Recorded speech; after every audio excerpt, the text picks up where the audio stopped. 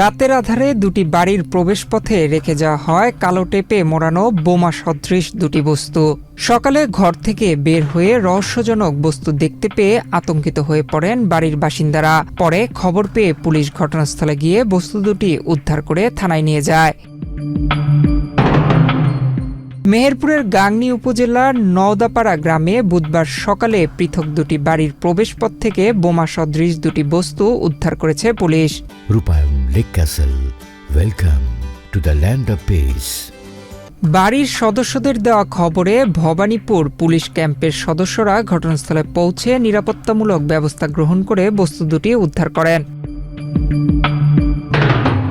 Police ও স্থানীয় সূত্রে জানা যায়, উপজেলার নওদাপাড়া গ্রামের নাজিম উদ্দিন ও ইমদাদুল হকের বাড়ির প্রবেশপথে রাতের আধারে দুর্বৃত্তরা কালো টেপ দিয়ে মোড়ানো দুটি বোমা সদৃশ বস্তু রেখে যায়। সকালে বাড়ির সদস্যরা বাইরে বের হওয়ার সময় বস্তু দুটি দেখতে পেয়ে আতঙ্কিত হন এবং তাৎক্ষণিকভাবে পুলিশকে খবর দেন।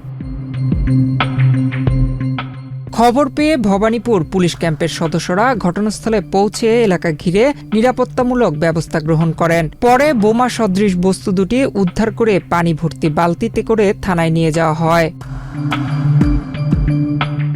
গাংনী থানার ভারপ্রাপ্ত কর্মকর্তা মাহাউদ্দিন মোর্শেদ চৌধুরী জানান, বাড়ির প্রবেশপথে বোমা সদৃশ বস্তু পড়ে থাকার খবর পেয়ে পুলিশ সেগুলো উদ্ধার করে থানা হেফাজতে নিয়েছে। বস্তুগুলো পরীক্ষা নিরীক্ষার জন্য প্রয়োজনীয় ব্যবস্থা নেওয়া হচ্ছে। একই সঙ্গে এলাকায় আতঙ্ক সৃষ্টিকারীদের শনাক্ত করে আইনের আওতায় আনতে পুলিশ কাজ করছে।